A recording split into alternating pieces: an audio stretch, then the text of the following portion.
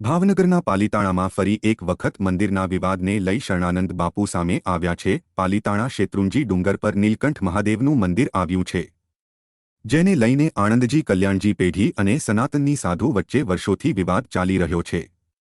નીલકંઠ મહાદેવ મંદિરના મહંત શરણાનંદ બાપુએ ટાસ્ક ફોર્સની ટીમ પર અને પોલીસ પ્રશાસન પર વીડિયોના માધ્યમથી સવાલો ઊભા કર્યા હતા। રાજ્યના ગૃહમંત્રી દ્વારા ટાસ્ક ફોર્સ ટીમની રચના કરી હતી, જેમાં મંદિરોનો વિવાદ ઉકેલવા ટાસ્ક ફોર્સ ટીમને 4 મહિનાનો સમય આપવામાં આવ્યો હતો, પરંતુ આજે 1 વર્ષ બાદ પણ ટાસ્ક ફોર્સની ટીમ દ્વારા કોઈ પ્રશ્ન હલ થયો નથી, જેને લઈને સવાલો ઊભા થયા છે। હાઈકોર્ટના આદેશનું પણ અનાદર કરવામાં આવી રહ્યું છે તેવું નીલકંઠ મહાદેવ મંદિરના મહંત શરણાનંદ બાપુએ સોશિયલ મીડિયાના માધ્યમથી આક્રોશ ઠાલવતા જણાવ્યું હતું। આજથી 2-3 દિવસ પહેલાં જે પ્રગટનાથ મહાદેવ મંદિરે પોલીસ તંત્રની સાથે જે ઘટના ઘટી અને એને લઈને એક વિડીયો વાયરલ થયો અને ન્યૂઝ ચેનલમાં પણ એની ખૂબ ચર્ચા વિચારણા વગેરે થઈ અને ખૂબ સારું એવી સ્પષ્ટીકરણની વાતો પણ આવી। એમાં ટીવી મીડિયાની અંદર પોલીસ અધિકારી એવા જાદવ સાહેબની સાથે થોડીક ડિબેટ ઓડિયો ચર્ચા કરી, તો એની અંદર પોલીસ તંત્રનું એવું કહેવાનું હતું કે ભાઈ બાપુને પ્રસિદ્ધિ પ્રાપ્ત કરવા માટે આ બધું સ્ટન્ટ ઊભું કરે છે, આવું કોઈએ કર્યું નથી। તો મારે પાલિતાણા પોલીસ તંત્ર અધિકારીઓ, કલેક્ટર સાહેબ જે કંઈ આની અંદરમાં આવતા હોય અને ખાસ કરીને ગુજરાત સરકાર જેને 1 વર્ષ દિવસ પહેલાં ટાસ્ક ફોર્સ નિયુક્ત કરી અને બેસાડી હતી અને 4 મહિનાની અંદર એનું રિઝલ્ટ આપવાનું હતું, એનો અહેવાલ આપવાનો હતો। આજે 1 વર્ષ થયું છતાં પણ કોઈ પણ પ્રકારનો અહેવાલ કે કશું આપવામાં આવ્યું નથી।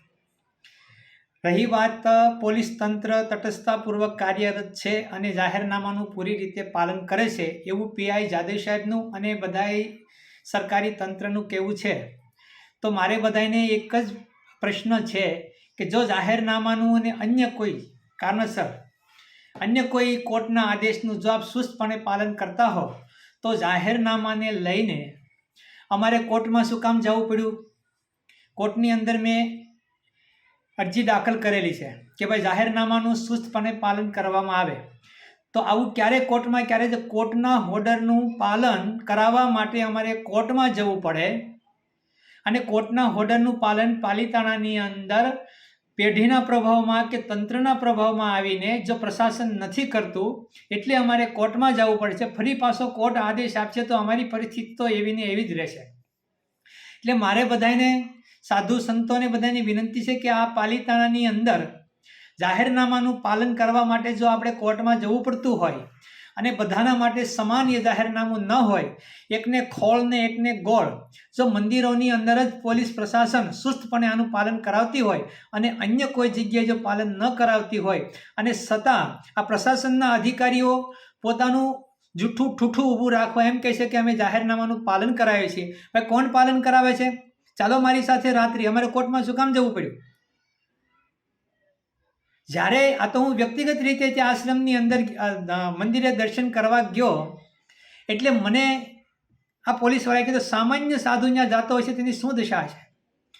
હું ઘણી વખત ત્યાં સાધુઓને રોકાવા માટે કહું છું, પણ કોઈ સાધુ ત્યાં કેમ કે કલેક્ટર ખુદ આવીને એની જાંચ કરે, તમે કોણ છો, તમે ક્યાંથી આવો છો, તમે શું પોલીસવાળા આવે, બધાએ પૂછપરછ એવી પૂછપરછ કરે કે જેને મોટા અપરાધ કરીને અહીંયા આવ્યા હોય અને લાખોની સંખ્યામાં અન્ય જૈન દેરાસરોમાં કે દરગાહોની અંદર જે કાંઈ પ્રવાસીઓ જે કાંઈ રહે છે જે કોઈને કોઈ પૂછતું પણ નથી, તો આટલો બધો ભેદભાવ પાલિતાણાની અંદર કેમ? પ્રશાસન પાસે મારે જવાબ માંગવાનો છે અને મીડિયાના તમામ મીડિયા ભાઈઓને હું કહું છું, તમે જે મીડિયાને લઈને જે સ્પષ્ટીકરણ લોકોની સામે મૂક્યું, હજી પણ હું કહું છું કલેક્ટર હોય, પોલીસ ઓફિસર હોય કે કોઈ નેતો હોય કે કોઈ ગૃહમંત્રી હોય, આ વિષય ઉપર ડિબેટમાં પણ જો લાઈવ ચર્ચા કરવી હોય તો પણ હું તૈયાર છું। કોઈ પોલીસ અધિકારી પણ ચર્ચા કરવા માંગતો હોય તો પણ હું તૈયાર છું કે પાલિતાણાની અંદર જાહેરનામાનું સુસ્તપણે પાલન નથી થતું, કેવલ મંદિરોને ધ્યાનમાં રાખીને સુસ્તપણે કરાવવામાં આવે છે, જબરજસ્તી કરાવવામાં આવે છે અને અન્ય બધી જગ્યાએ પાલિતાણાના જે જાહેરનામું છે એના ધજાગરા ઉડે છે, છતાં પણ અમે એક શબ્દ બોલી શકતા નથી. અને આ વિષય ઉપર અમે જરાક પણ કંઈક બોલીએ અથવા તો ફરિયાદ કરીએ, સોશિયલ મીડિયાનો કે મીડિયાનો ઉપયોગ કરીએ એટલે તરત અમારી ઉપર એવા પોલીસ તંત્ર દ્વારા એવા આક્ષેપ મૂકવામાં આવે કે ભાઈ એને તો પ્રસિદ્ધિ પ્રાપ્ત કરવા માટે આ બધા કાર્ય કર્યા છે. તો ભગવાન તમને બધાને સદબુદ્ધિ આપે. સનાતન સંસ્કૃતિની ઉપેક્ષા ક્યારેય પણ સહન કરી લેવામાં આવશે નહીં.